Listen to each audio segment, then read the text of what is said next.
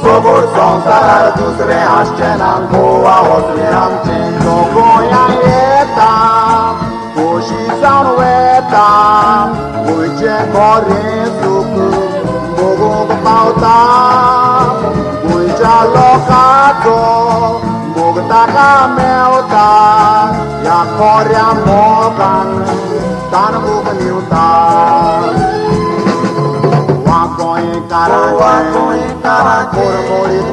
Mormorit pulanche, Tudia sonsarache, Ketru de neche, Morso tosa chembago, urbe chemogo, Kurnaranche. Sobor sonsarar dusre asche, Nangoa osle amche.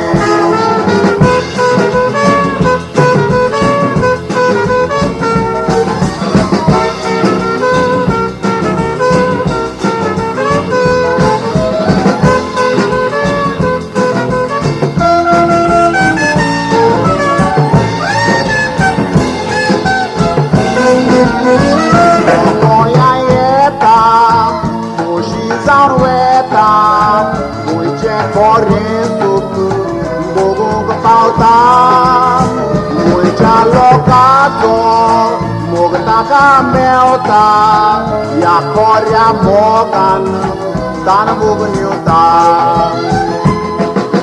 wakoy karache morit pulanche kudia sonsarache ketru de deche warzo tosa chembago urbe chemogo kornarache Sobor sonsarar dusre asche nangoa osle amche From Goa with love, Goa with love, Goa with love.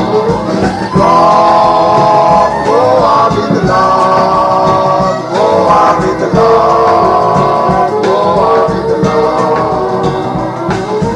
From Goa with love, Goa with love.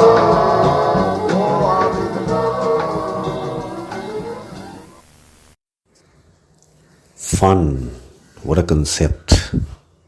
It's something you can't really teach someone. You can't really tell someone or educate someone on how to have fun. Supporting guidelines for fun are like looking at what will happen if you do a psychedelic substance and try to figure it out over some reading material. But the experience is finally where it's all at. It comes down to the experience. And with experience and the retrospect of experience, you figure out fun. The best way to figure out fun would be like this technically. So this comes from the space where we will all understand what has happened to the changes in the music and how things have changed over time. And this was a conversation which happened from the last podcast, and it continues now to just figure out where in this cycle and process of musical experiences we are, and to trace a few of them, where they came from and how they have gone and how they have changed, and how music and musicians came to India, and jazz music exchanges, etc., and all of these things and more. Also topped up with a little bit of a song, an original song by a band, which will be written in the credits of the show and sung by the same voice of Steve himself. a jazz performance again. This is actually an understanding of how we go through this entire journey and the experience, and how it seemed to finally be a lot of fun, just as Kitu says it. No, the jazz yatra. Yeah.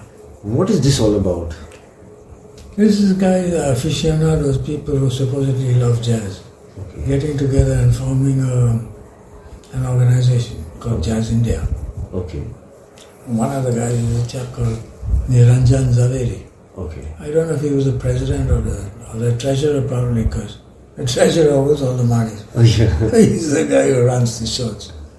And Niranjan Zaveri and Louis Banks. Okay. And Braz, when he was in Bombay, then he was involved. Okay. So they had the first yatra in 70. I don't know when, I've forgotten that. But this is basically a bunch of musicians from India. From not only from Bombay mainly. Bombay. And abroad. Okay. And they wanted to come together and just have a journey. There was called a jazz yatra. It was called a jazz yatra.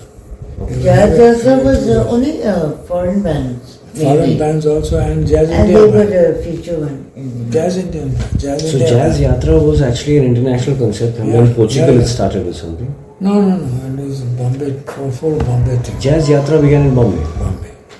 By the Indian. By these guys, Niranjan and all Okay. these. And then it went all over. Then Delhi also had Jazz India. There it was Capital Jazz. So they started having jazz festivals like 1 week, 2 weeks also. Bringing foreign bands or taking bands from Bombay and so on like this. Because Braz was telling me about Macau and things like that. He went to Macau as another festival. They have that in there also. But this is not the same Jazz Yatra thing. It was not the Jazz India thing. Okay. So there were jazz festivals taking place all over the world, and then these guys started a group of things so that they can send musicians and invite and create something. They didn't really send it. This just was an opportunity to get all those big bands down for us to hear them. And the Jazz India band would play also. They would improve by listening to all this. Nice. And I don't think any other bands played in that thing. It was only Louis. Okay. Louis and Braz. Louis and Braz. Well, this is not existing anymore now. I think it is, but I don't know who's that. Not so much implemented. It's not known much. Okay. Of course, the social it media. had to move bass. It was all in what is that stadium? Yes, in Xavier's. Rangbaban. It was always over there, which is central. Then I heard there were problems. You must have heard about. Yeah. They had to move away from Rangbaban. Then it became scattered. Okay. It went somewhere to Navy Nagar, somewhere there. I don't know where, all went very far away. Made it difficult for people to come. Yeah. Like, this is the whole space where we tried to connect with the UNESCO group, because there is something called Intangible Cultural Heritage Department. And there was a gentleman lecturer from Calcutta who thought that the Durga Puja should be made an intangible cultural heritage thing and preserved, because they were not getting enough of funding and all from the government for this particular activity. So since he was not getting it from there, he wrote to the UNESCO saying, make this a cultural thing. I'll get my money. And then the government will be forced to support it, because the UNESCO sends a circular to the governments and says, look, you have to preserve this thing. The government invited him to create a file to send to UNESCO. Oh, wow, great. Because now there's money coming for the ones who are organizing it as well as the ones who are preserving it. Yeah. So luckily this was taken into consideration and it was given a UNESCO recognition, and now they sort of, I don't know what they do really around it, but there is funding going towards that side. I'm not sure who gets it, but it is supposed to be something which will be preserved because it has been endorsed as an intangible cultural heritage thing. Now in this circuit, there have been things which we wanted to also speak about from Goa. Because there is seemingly an identity crisis with the Goan population, because lots of Goa is going away and everything is getting scattered. Just like the story of bands that got scattered, and there are things that come together and then scatter away. Looks like this seems to be a type of pattern around us. So when you are seeing that the moment the name Mumbai came around, there seemed to be a change in the social structure of these things, wherein without blaming any government and things like this, the point to make is these spaces started becoming lesser. Yeah. Okay, let's not blame anybody, let's not talk about establishment politics, just talk about how these places started becoming lesser, and hence professors like so-and-so from Calcutta went to there for Durga Puja, etc. But now maybe we can do something like this for the preservation of things like this, because Can try. this is something we can just try, like you said. Yeah, can try, definitely. Because in Goa there used to be no scene earlier, like you were mentioning, which was a jazz thing and all in Mumbai. But what was happening in Goa was, one side the hippie scene went on with the psytrance and all that, which I also spoke about in the shows of mine. Also during the same time in '84, which was the same time that the first electronic music was recorded here, by the guys who were playing. And Augusto again was one of the guys who give them speakers and electricity. So here... By the way, you knew who gave him the speakers? Who? The Who. The Who? Yeah, put that down. Tell me. Yeah. Tell me this. They came from England and they came mainly for the hippies. Uh-huh. And they brought 400 watt high watt amps. Yeah. Amp speaker thing. And they donated it to the hippies. And these guys bought one or two. And Goa Gill and the Big Dipper band and all were playing? No, those guys were playing already proper sound. Okay. Proper sound. By that time, going to Singapore, buying gear had already started. Of course. In fact, when I went to Delhi and came back to Goa in 1980, a little 84, when Indira Gandhi was killed, we came back. We found things had changed drastically musically. What we were doing and what they were playing now, not musically, the sound of it threw us back. Fuck, what is happening, man? 10,000 watts of sound, man. And we're playing with 400 watt amps. It was. And what was the music? What they're playing today is the same thing, man. It's commercial. It's all wedding bands. Yeah. They don't play anything else. They play for money, that's it. This is why I wanted to also put this point in, because there is this traditional dances and beat shows. That stopped, unfortunately. Exactly. This is what the UNESCO needs to endorse. And I am making the file for this very reason. But give me a little bit more idea about this part. The beach shows would happen generally in late April and May. Yeah, and you didn't know they were beach shows or they were beach shows. Yeah. It happens all in different beaches. Yeah. But there were beach shows also, like a contest with local guitar bands. So this all started with guitar bands. Yeah. None of the old bands were there. The oldest band that was there in Goa before he had to move out was Johnson and his Jolly Boys. It was the biggest band in Goa. Violin and everything. And then slowly these guitar bands came and he was no more there. But that's still the last band of reading musicians. Properly educated musicians. After that, anyway. No, because I was in the thing with who's this? Balthazar. You know Balthazar Fernandes? I think so. Balthazar is the guy who was working with Kalyananji Anandji. Okay. And he's from Shorao. And he is the one who was doing these songs, Pal Pal Dil Ke Paas. He's the one who written the notation for this. And he told me the story which I wrote in an article. He was like, these guys would go to their local bar in the afternoon and have a good time, and they would come back and then they would whistle to him. And they whistled to him this tune, and he noted the notations down, and by the time they went back to the bar and came back, he had made an orchestra thing about it. By evening the song was already on for practices and all that, and then they recorded the song, and It's one of the biggest hits of Bollywood, amongst many more, for which he was, of course, not given credit for because he was the subordinate. And so was Chick Corea, I believe, because there were other names of Bollywood music producers that were flashed around during this time. Chick Corea. Was his name not there? Chick Chocolate. I'm so sorry. Chick Corea. It's a good thing I said this on the show because then nobody else can make a mistake, hopefully. But yeah, let's make that clear.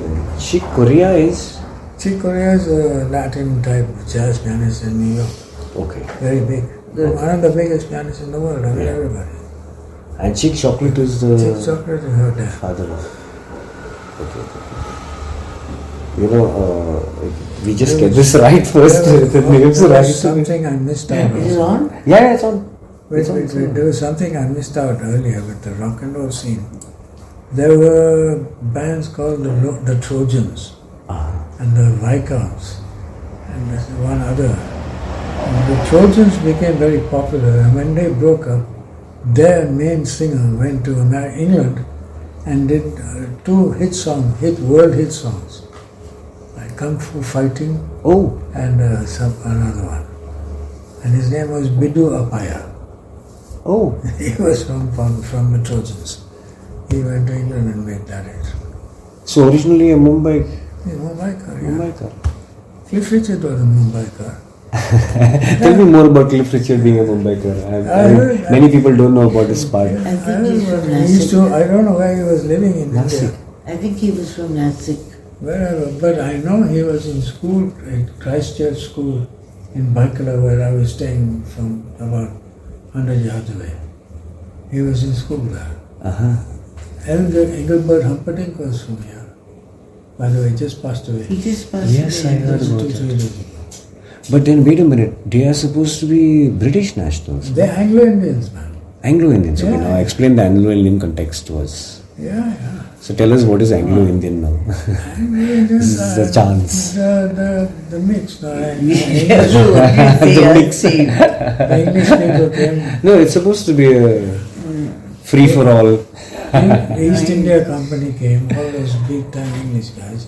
Needed a woman. They took a go on them. Some of them they married, some of them they didn't marry. And a lot of families got broken up when the British were thrown out because the guys just left and the families are left without children are left without a father anymore. And they all had English names. Like Ballantyne. Yeah. Yes. Price or Janice Price and so. And all these Harry Manning, Roger Dragonette. It's all Dragonette is actually Welsh, not English. But yeah, that same line like. It's the same thing, Anglo-Indians. And these were the ones from around here in Nasik and some other. The ones from Kerala, even Allora are more. And they're maybe not so fair-skinned, they're dark-skinned. But they have names like, they have English names. Smith. Yeah. Thank you, Johnny. I mean, it's just to identify where from what, who came where and things like this. Because then you were telling me that what we had gone last was to the part where you were saying Goa during the time when the Psytrance parties and all began in the 84 time, that part you were telling me about, no? And that started totally with the hippies. Yeah. It began with that. And it began actually early 67. Yeah. Late 67, early 68. And there was no sound. Yeah, that was the No difference. sound. So it was all acoustic instruments. Yes. And I played and they would have moon parties. Correct, full moon parties. And I went and played for them. Yeah. Played with them. We played drums. Drums. The band was like 40 people. Whatever you could play, you were in the band. Everybody could play something, you were in the band. So there must have been about 5 drummers. And there was a moon party. It was fantastic. It was a tribute to the goddess, the moon goddess. The moon goddess. And she was brought in by sea in a big boat, canoe, like, She came in and stepped out and she was all these flowers in her hair and all this thing. They would do this thing, eh? Yeah. And the party went on till 6 o'clock in the morning. And this was the band that was playing.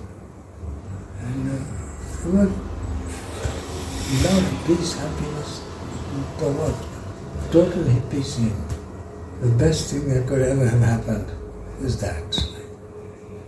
And slowly, the speakers and all came. And the power amps, 10,000, 1,000 watt, 2,000 watt. And so the moon parties changed into the Cycles, yeah. and Goa Gill and all these. Yeah. Actually, I wasn't there. I was there when ABC came. Tell me about this parallel transition, because when this was taking place, what were the bands at that time in Goa? Very few, I had a band called the Diamonds. But there was another band called the Spiders. There was a band in the South Goa called the Biddu. There were bands around, you know? Like the Spiders would play rock and Rolling Stone songs, King Bee and all this kind of stuff. We were playing Beatles songs or whatever. He's a real nowhere man, trying to be smart, like, you know? These songs like that.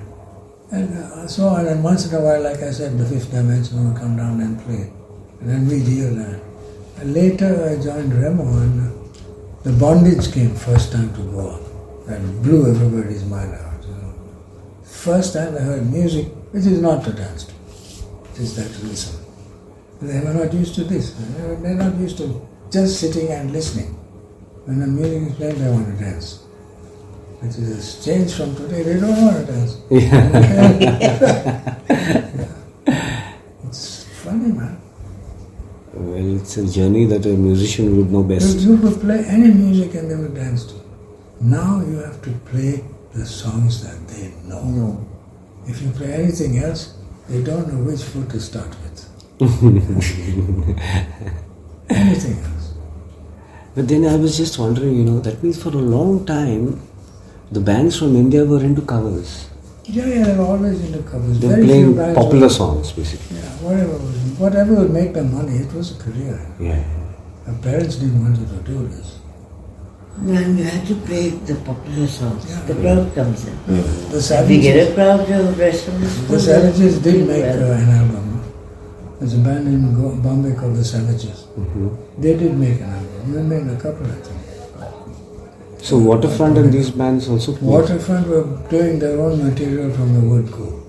So that was when? This was all 70s. 70s, early 70s, around. So that means the trend for making their own songs had also come in, even in the underground side. Only with them. With- No one else. Savages and Waterfront. Savages were like much more poppy and much earlier.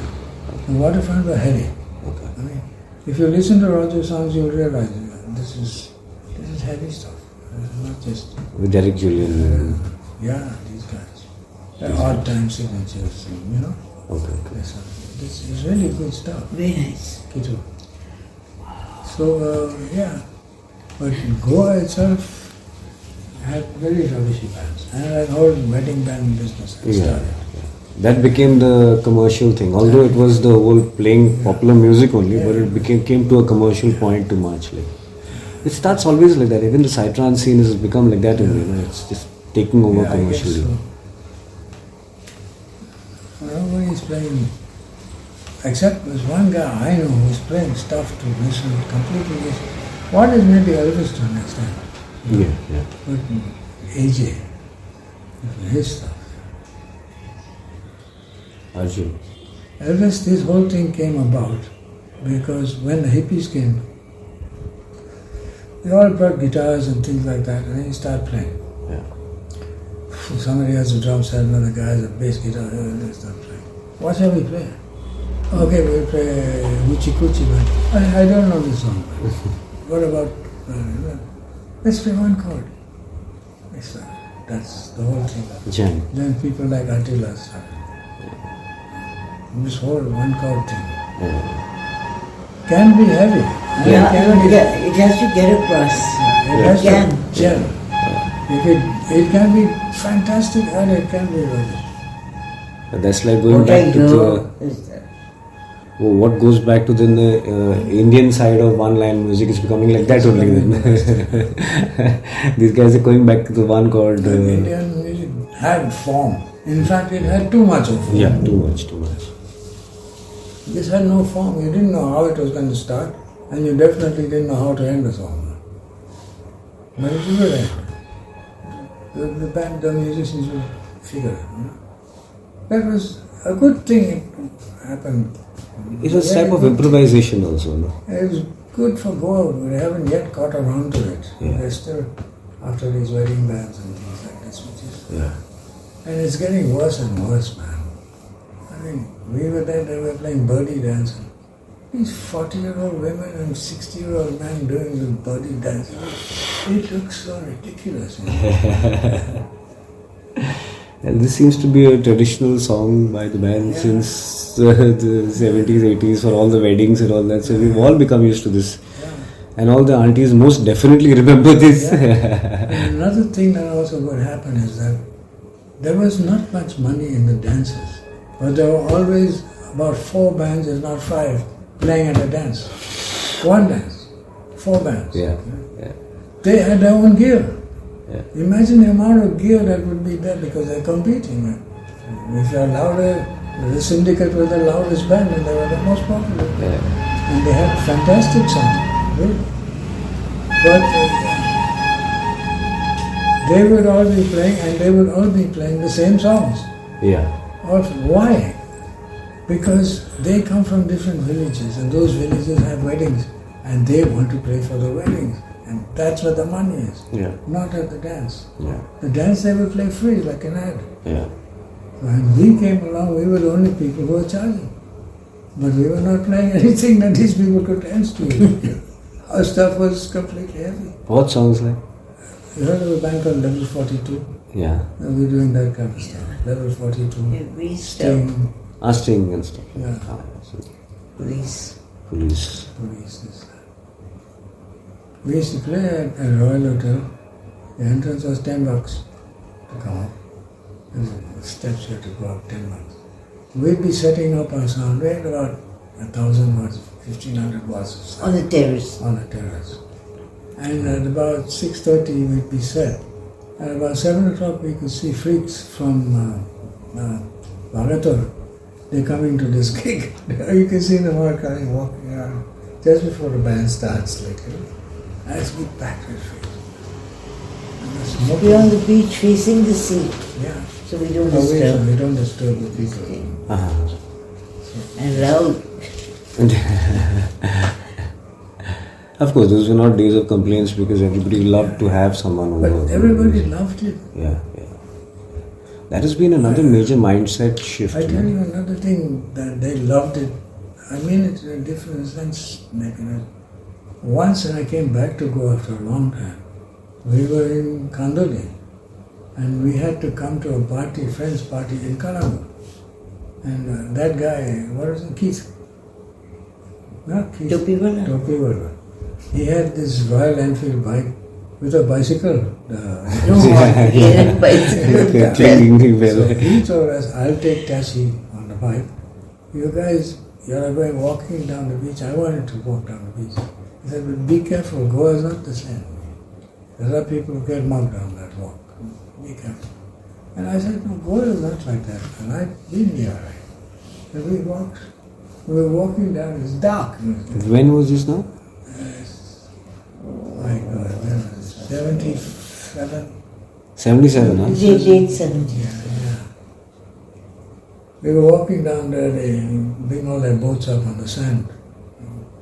And we saw these 2 guys coming out, something in their hands. It was in the 80s, sorry. Because we were married. Yeah. So it can't be early 70s. And they came walking up to us. As they came about 5 feet away, they were coming to attack us. They suddenly said, I got scared. Where is Sky? Steve, man, come back. And I said, wow, man. They recognized you somehow. And we walked around, but they walked along with us talking. All the fisherwomen knew her very well. We buy fish from the Collingwood market. They're talking about the band last night. Good band, band. Yeah, the meat man, my beef man. He used to come to Royal Retail. But you must have thought you were a guy coming from somewhere else and things like this. No. Why was he going to attack you? Ah, yeah, he must have thought We thought. murdered man. Goans didn't like Indians. Yeah. It's been there from a long time. They have to accept that now because those are the boys with the money. Yeah, this has been the situation. There was a time when Indians would, Indian tourists would come to Goa and not get served, man. The Goan waiters would take a long time to serve. Yeah. And I heard this guy telling his friend, these people, they don't like us here, man.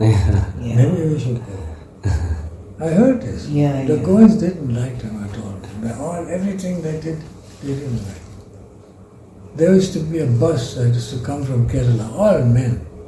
And they all come by bus to Goa, they are going all over Goa. They stop in Colombo and there are a big crowd of these ghattis, you call them ghattis, I don't know. They would come out. There was one Goan fisherman sitting on that roundabout at tourist hotel, Colombo. And these coming guys, talking, they're very loud. All people are very loud. And this guy, the Goan fisherman, went down and told them, stop it, man, you know. And they started getting aggressive, the tourists. So this guy says, I will give one whistle, the whole village will be here. You want to see? They packed up and they went back in a bus. No, this social acceptance thing I don't really want to comment about because we have, we always knew we were outnumbered. Yeah. If you think about it, as a place that got its freedom 19 years after India got its liberation.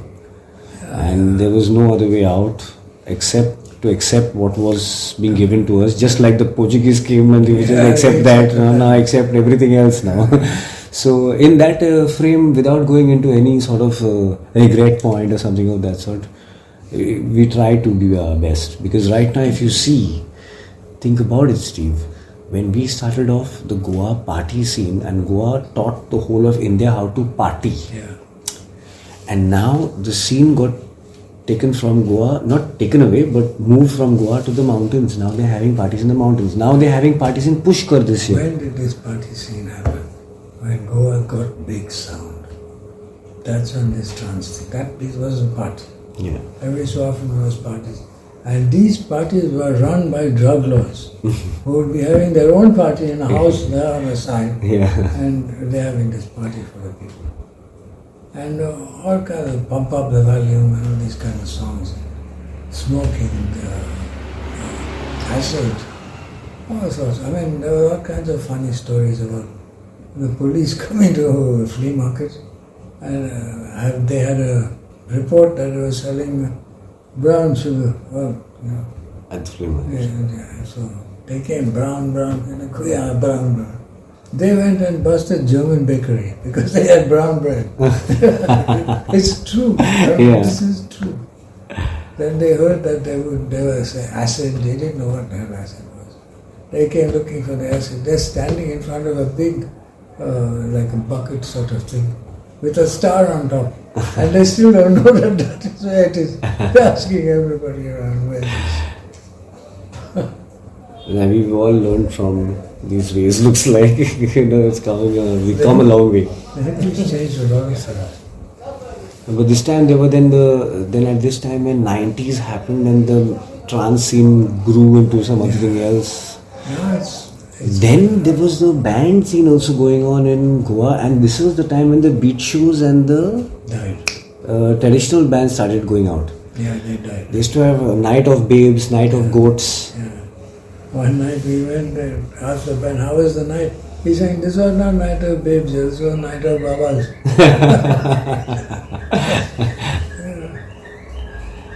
So anyway, this is something which finally turned into another tide.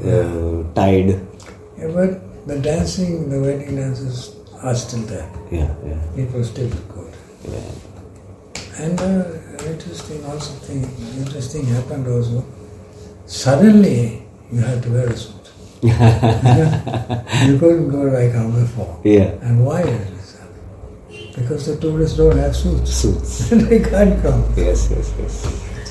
This was another total thing. No, there is this idea amongst all of us and all over the world I've seen, where tourists go. They can be, like, you can't control the type of tourist that comes here. No, You're never able to be doing this. So obviously there has always been, because of this uncontrollability, there has been a critique for the visitor who is coming by. Yeah. But at the end of the day, the paradox remains that he's coming by and he's your bread and butter also.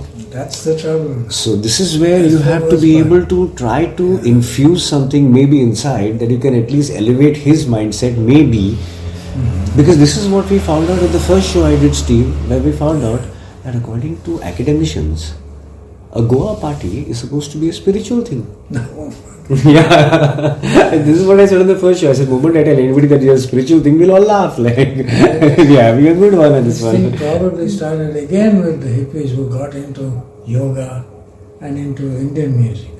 And they started doing their funny solo dances. The link here, they say, is a ritualistic dance because all the other parties by the establishments all over the world, which were happening in non-tropical places, they would shut by 5 or 6 because they were inside the disco. Yeah. This one had the manifestation of from all night to day. Yeah. The second thing was you could dance all the time, all throughout. Now what they are saying is, now what their theories is this, I've said this in the first show actually, what they are saying now is, in the earlier times, when you were not a nice person in your village, you would either be exiled or you would go by yourself and refresh and come back as a new man, There were no prisons that time. This was the idea when somebody went cuckoo in the village, like, so to speak. Then what would happen? They would come back and they would be refreshed, nice people. Okay, so the time when they were going out is what academicians called a liminal phase. It's an academic term. In the recent times, you go to Mecca and you come back. That is also a pilgrimage. Now see the relation they made. And in more recent times, you go to another place. Valankani, yeah. And this psytrance scene was also equated by one of those levels. And the tourism scene, in fact, has been proved beyond doubt that in this phase, when people come out of their comfort zone, you actually can, Steve, input some new ideas into this person. This is the time, in fact, when it can be done. But when we look at only money as our thing, we are not looking at this, and obviously that part is lost, so we are getting only quantity and not quality. But this was an idea which was also set by the psytrance scene and by the music scene, because then people would come and listen. It was a discipline which was brought in by these things. The most simplest thing you could bring in this discipline, and it was music for us. A psytrance thing, making a following out of it. Till today it is going on since that time. The live music scene. After you. So I've seemed to have found a nice way of figuring out how it went from here to there and here to there. And I think I'm going to check this for how long it has been, and then we'll take it again. Let's take a pause. Yeah, no?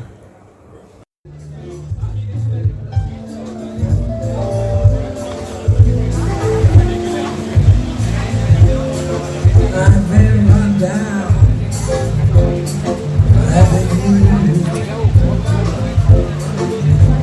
I don't know why that woman turned me into a fool. Took my own money. She breaks my new car.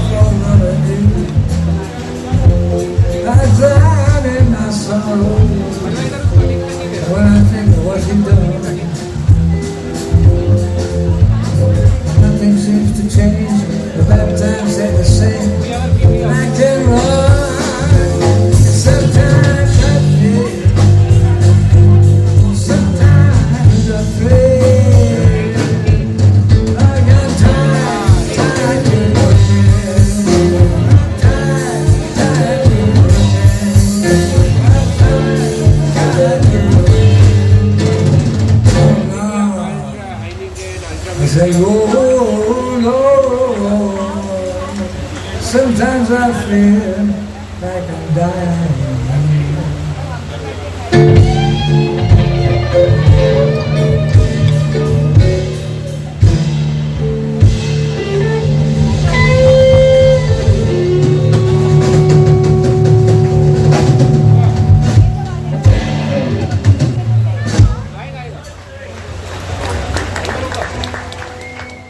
Northeast. The northeast side of the story. They had a lot of very good bands. Very the talented. main one, Very talented. they're very talented bands. Music. They're more English. They're more because the Protestant type of people were there, Scottish type, people. And they're very talented, playing all kinds of music, and more into their own, where they come from, like Meghalaya or Shillong or wherever. So the big band was, Luma Jao's band, what's his name, Kitu? Great Society. Great Society. His band is called Great Society, and it's been there for about 30 years. And all these guys like AJ and all were in his band. Another guy was in his band which became a big blues player, is Rudy Walang. Now big time. Soulmate, they changed it. They went to America and played at a blues festival. Very good guitar player. And these guys play their own stuff. These guys They're are ones who... Rudy and all playing their own stuff. Their own stuff. Great Society, Lou used to compose lyrics, and the band would compose it, play it, and make up their own song. And when were these bands around? They were there from, I would imagine, from 74. From 74. So they would also come to this Delhi circuit and all and play? They would not come so much to Delhi, they would go to Calcutta. Okay. It's closer to them. Okay. And Delhi, there were a few would come, very few. One of the few who came was AJ. He came, he left and came to Delhi to get work. Yeah. He was playing a long time in Delhi with these simple dancing jazz bands. But when we went there, we realized that there was a whole different trip about it. They were doing all this very nice music. They were also doing heavy metal rock. And we actually saw a metal rock band walk into the restaurant where we were sitting in, halfway after Shillong, another further north. Halfway there, we were sitting in a restaurant taking a break, and these guys walking in chains and leather jackets and metal band. I said, wow, man, how about that? But Shillong is very country. I spoke to one guy from there. I asked him, why is that? Because there's a predominance of country music in Shillong. And American country music. Okay. Not Indian. There's no Indian. Country music is something else. And that guy told me, actually, Steve, many of us are bus drivers or truck drivers. We are the ones who work. The women don't work. The women are the bosses. It's a matriarchal society. So we are truck drivers, and when we drive, we like to hear this music, country music. Driving down the road, the songs are all about that. He was talking to me at about 5 o'clock in the morning because I didn't realize. I thought it was bright, and I got up and I realized it was 4:30 in the morning. The chai guy hadn't even opened it. So you also traveled that side, no? We went there as a band called Don't Lose the One, TLTO, which we were very popular in Delhi also. We were playing a lot of gigs and a lot of people were very impressed, but we were doing really out of the way stuff. 3/4 of the set was our own original music. So lyrics and everything? Lyrics and everything. This guy AJ was doing most of the composing. Okay. And I had about 5 or 6 songs, which he had. He's recorded them. And, We played in Delhi, then we went to Shillong, we went this place further north, I forgot the fucking name. And with that place we got there by road. The gig was at 8 o'clock and we were playing with Rudy's band. And he was supposed to play after us, but when we got there it was late and he had already started. And we got there and the van stopped off the side of the stage. We got off and went straight on stage and carried on. And the crowd loved it. They are a great crowd. The Northeast people, they love very it. supportive. Yeah. When we went, we played at a place called the State Central Library. A big kind of convention center, a hall, I don't know. Big, very good crowd. And coming to listen to us playing stuff they've never heard before. Nice. The covers, one of the covers was this very freaked out Joan Armour Trading. Very strange woman, her songs were quite weird. We had about 2 or 3 or 4 covers, that's it. The rest was all ours. So, and they loved the bass player, because the bass player is from Malaysia, and he looks like that. Like that. Yeah, that was something which has always been looked at in a very different light, no? Like those words you're talking about, chinky and things. We got quite segregated from the mainstream Indian society because of their features. Even now, it exists even now. And hopefully there are a lot of them in Delhi and they're not treated well. Yeah. But hopefully we'll grow out of that one as well. I don't know, things are getting worse now. But how are their bands? Because their bands, if they were already accepting such things, then they were obviously a type of establishment or the institutions there, that the government and all, they were more open for things like this. Rather than I don't know how they were sponsored in their gigs and things. But they would make their bucks on it, they would live on it. Yeah. So there was a scene going on there. Yeah, there was a scene. And a lot of country music, a lot of rock and roll, classic rock and roll. Yeah. Some like old-fashioned, sometimes, I mean, there are also old kind of like Johnny Cash or something, stuff like that. And since it's the country linked to them. And this was going on a lot of the Northeast. I don't know about further than Darjeeling. Okay. Then it gets into the real mountains. Okay. I don't know what the fuck goes on there. Folk music, for sure. Yeah, some kind of folk. Yeah. Some. I mean, if for want of a better word, you're going to call it folk. It may not be, it may be tribal. It may be like, religious even. I had a question about how do you think, there is something called traditional folk music, which is supposed to be an identity thing.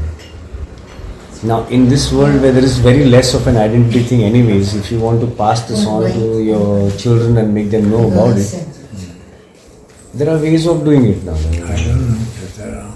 I hope so. I'm trying to figure out which ones are there. You haven't seen them? I haven't seen any ways of teaching people about that. I just trust in the fact that the whole thing is a circle, it'll come back. Yeah. Sometime, Yeah. And then catch more of the roots. You catch more of the roots. Change, it'll come differently. Maybe better.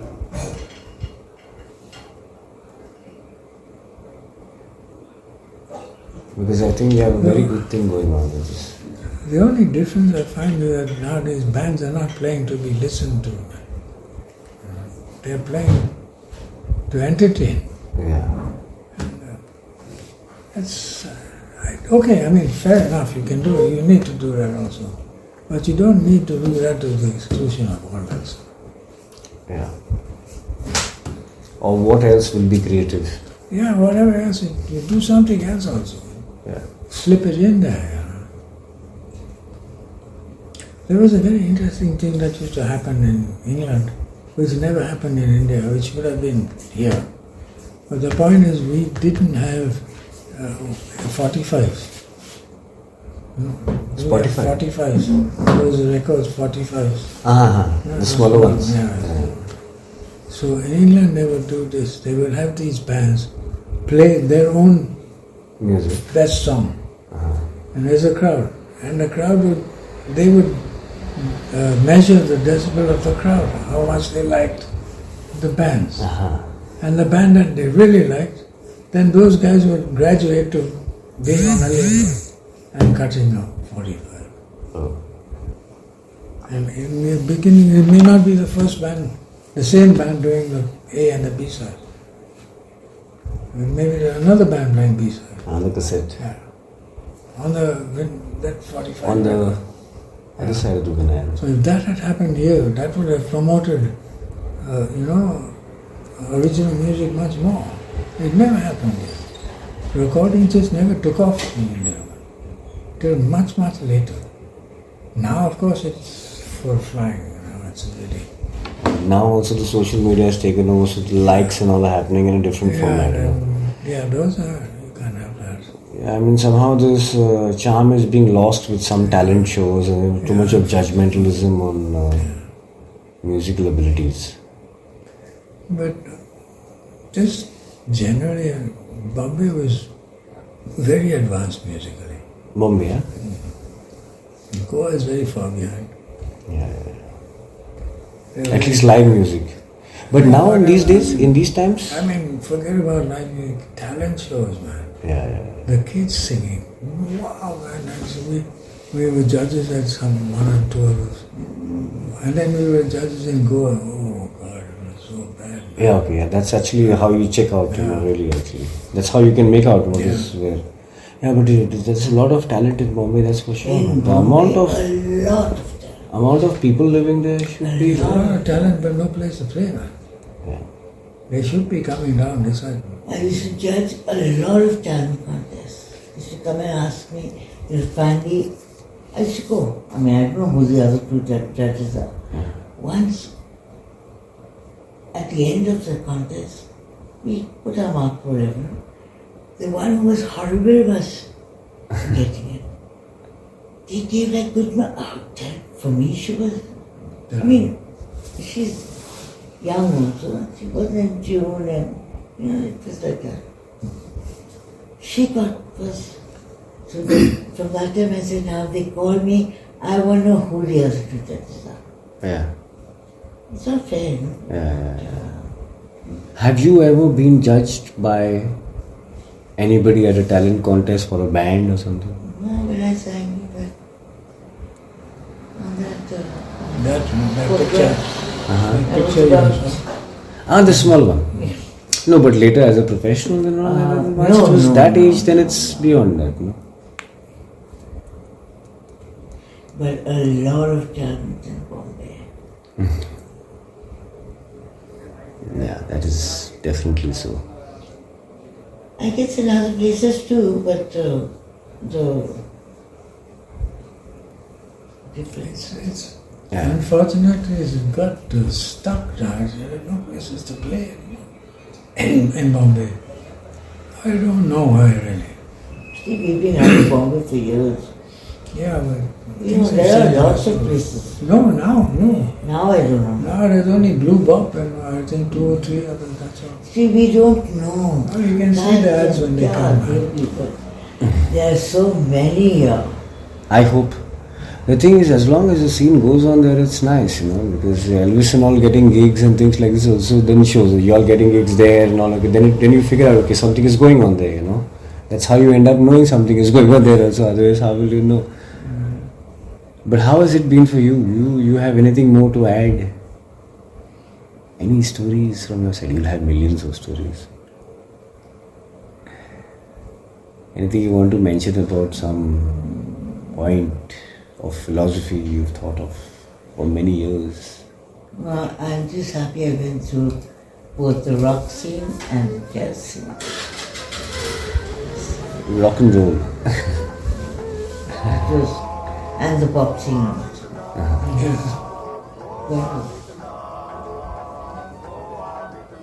It is really bloody cheap pop. Whatever Steve used to do songs we want, how we want to do. This Daddy Cool and all this. Rivers of Babylon, for God's Rivers of sake. Babylon, Daddy Cool, Mamma Mia. It was fun.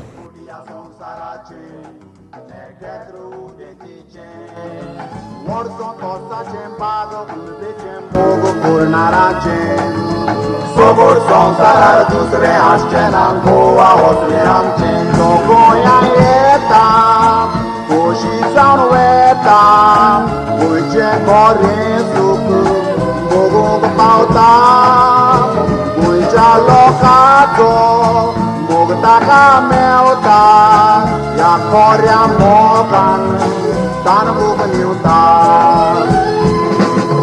Wakoin karache Morit pulanche Kudia son sarache Ketru de deche Morso tosa chembago Urbe chemogo kurnarache Sobor son sarar dusre ashchen angoa osle amche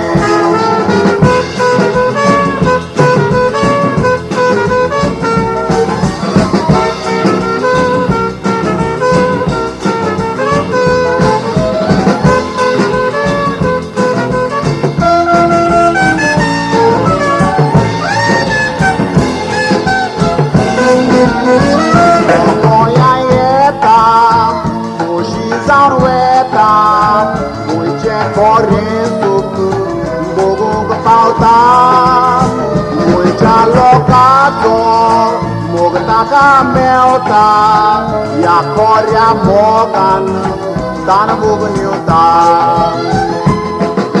Wakoin karache Morit pulanche Kudia son sarache Ketru de deche Morso tosa chembago urbe chemogo kurnarache Sobor son sarar dusre ashchen angoa osle amche